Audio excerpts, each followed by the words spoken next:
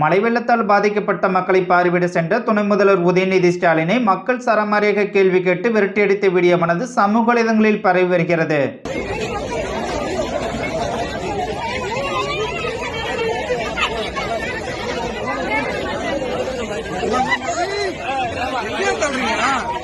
மேலும் எந்தவித முன்னறிவிப்புமின்றி சாத்தனூர் அணையை திறந்ததால் மக்கள் தங்கள் வீடுகளை இழந்து பல நாட்களாக சோறுதண்ணி இல்லாமல் சிரமப்பட்டு வரும் நிலையில் பாதிக்கப்பட்ட மக்களுக்கு நல்ல உணவை கொடுக்காமல் கெட்டுப்போன உணவை கொடுத்து வருவதாக மக்கள் குற்றம் சாட்டி வரும் நிலையில் மக்களை பாதுகாக்க வேண்டிய முதல்வர் ஸ்டாலினும் அவரது மகன் உதயநிதி ஸ்டாலினும் மக்கள் நலனில் அக்கறை இல்லாமல் போட்டோ ஷூட் மட்டுமே செய்து வந்த நிலையில் தற்போது உதயநிதி ஸ்டாலினை வழிமறித்து மக்கள் சரமாரியாக கேள்வி எழுப்பியதால் அங்கிருந்து உதயநிதி ஸ்டாலின் தப்பியோடிய நிகழ்வானது அரங்கேறியுள்ளது.